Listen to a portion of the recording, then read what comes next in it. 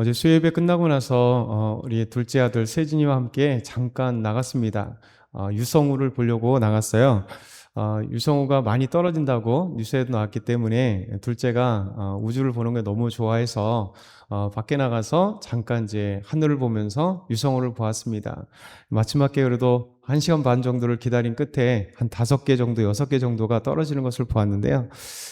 그러면서 이제 여러 가지 얘기를 나눴습니다. 그 중에 무엇이냐면, 우주를 연구할 때, 또 우주를 바라볼 때, 또 많은 사람들이 과학적으로 바라보잖아요.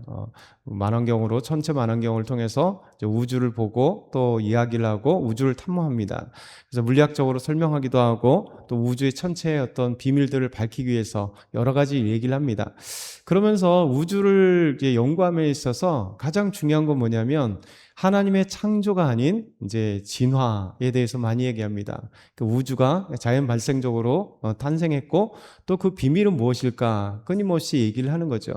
그러면서 여러 가지 얘기를 하는 가운데 그런 얘기를 했어요.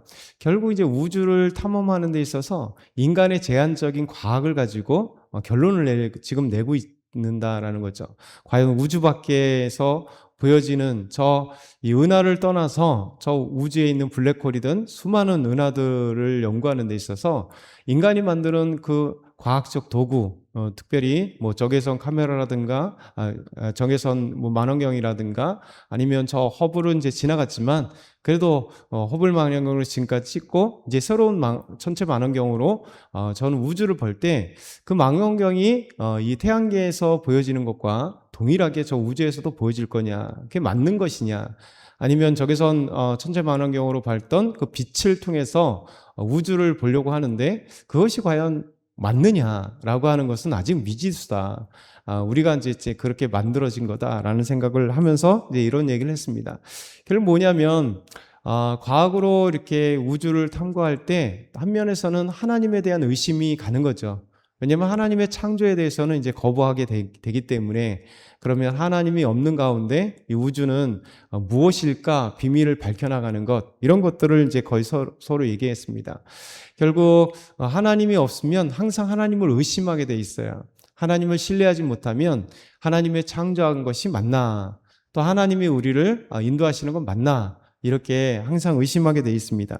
사탄은 하나님을 의심하게 만들어요. 항상 사단의 전략은 하나님의 정말 신실성에 대해서 의심하게 만들고 하나님의 존재에 대해서 의심하게 만듭니다. 진짜 있냐 이렇게 얘기하는 거죠. 그러면서 하나님이 능력 있는가? 예수님께서 40일 동안 금식하시고 오셨을 때 시험하는 자, 이 시험하는 자 마귀가 예수님께 왔습니다. 그리고 얘기를 하죠. 배고픈 예수님께 이 돌들로 떡덩이 만들어 봐라. 내가 만약 하나님의 아들이거든. 앞에 이런 얘기를 덧붙이면서 얘기하는 거죠. 그때 예수님께서는 사람이 떡으로만 사는 것이 아니고 하나님의 입에서 나오는 모든 말씀으로 산다. 이렇게 말씀하셨습니다. 이 사탄은 계속해서 예수님을 거룩한 성, 높은 곳에서 성전 꼭대기에 세우고 뛰어내려 보라는 거죠. 분명히 시편에 말씀하시기를 주의 천사가 주의 사자가 네 발꿈치를 잡아서 안전하게 내려오게 할 거다 이렇게 얘기를 하죠. 그때 예수님께서 마태복음 4장 5절에서 7절 말씀하시기를 이야기합니다. 그렇죠? 7절에 주 너희 하나님을 시험하지 말라 이렇게 얘기를 해요. 그러니까 사람은 항상 사탄은 그 전략이 뭐냐면 하나님의 신실성을 부인하게 만들어요. 그래서 항상 의심하게 만들죠. 왜? 진짜냐 이런 얘기죠. 오늘 말씀 하나님께서 우리에게 말씀하시기를 하나님을 시험하지 말라. 그렇죠? 하나님은 시험의 대상이 아니라 믿음의 대상이라는 거예요. 그래서 하나님의 말씀을 지키고 따르라는 거죠. 우리 16절에서 18절 같이 한번 읽어보겠습니다. 16절에서 18절 같이 읽겠습니다. 너희가 마사에서 시험한 것 같이 너희 하나님 여호와를 시험하지 말고 너희 하나님 여호와께서 너희에게 명령하신 명령과 증거와 규례를 삼가 지키며 여호와께서 보시기에 정직하고 선량한 일을 행하라. 그리하면 내가 복을 받고 그 땅에 들어가서 여호와께서 모든 대적을 내 앞에서 쫓아내시겠다고 내 조상들에게 맹세하신 아름다운 땅을 차지하리니 여호와의 말씀과 같으니라. 하나님이 가장 싫어하시는 것을 자신을 시험하는 거예요. 마사에서 마찬가지죠. 쓴물이 나올 때 하나님 진짜 계시냐? 왜 우리에게 쓴물을 주냐? 불평과 원망들이 그들에게 가득했을 때 하나님이 결국 반석에서 물을 내게 하시는 하나님의 놀라운 은혜를 보여주셨습니다. 기적을 보여주신 거죠. 결국 이 시험이라는 것 속에서 하나님 주어진 건 많습니다. 이스라엘 백성들이 불평이라는 것은 하나님 믿지 못하겠다는 거죠. 하나님이 주실 것 기대하지 못한다는 거죠. 불평하는 가운데 고기가 없다고 불평해 하나님께서 메추라기를 동풍을 통해서 불어주시고 그들이 먹을 것이 없다고 불평해 그래서 하나님이 만나를 주셨던 그 하나님의 은혜들이죠. 결국 시험한다는 것은 하나님을 신뢰하지 못한다는 것, 믿지 못한다는 거예요. 그래서 많은 사람들이 이렇게 우를 빠지는 게 그런 거잖아요. 뭐뭐 해주신다면 제가 뭐 하겠습니다. 뭐 대표적으로 이런 거죠. 아주 우리가 조금 물질이 조금 공고했을 때 복권을 한번 사볼까? 하나님 복권 맡게 된다면 1등을 맡게 된다면 하나님께 이만큼 헌금을 하고 제가 하나님께 좀 멋진 삶을 살아보겠습니다. 이런 거 써보겠습니다. 그런 거잖아요. 대부분 다 한 번 정도는 생각해 봤을 거예요. 복권에 맞는다면 이런 거죠. 뭐 해주신다면, 요번 사업에 형통하게 해주신다면, 뭐 이런 것에 된다면 내가 요렇게 해보겠습니다.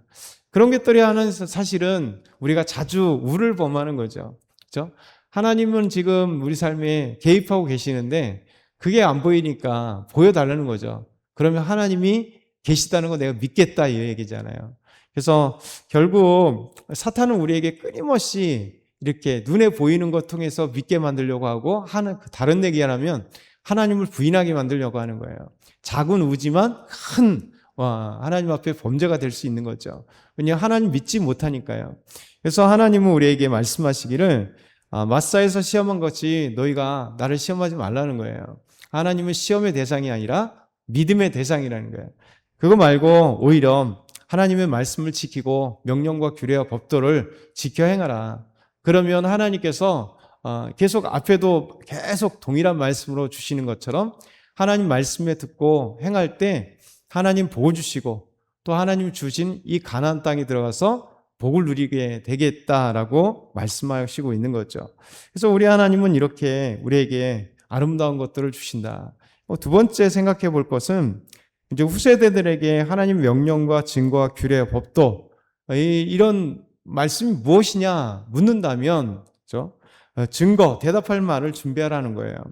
20절에서 24절의 말씀이 그거예요. 후일에 내 아들이 묻습니다.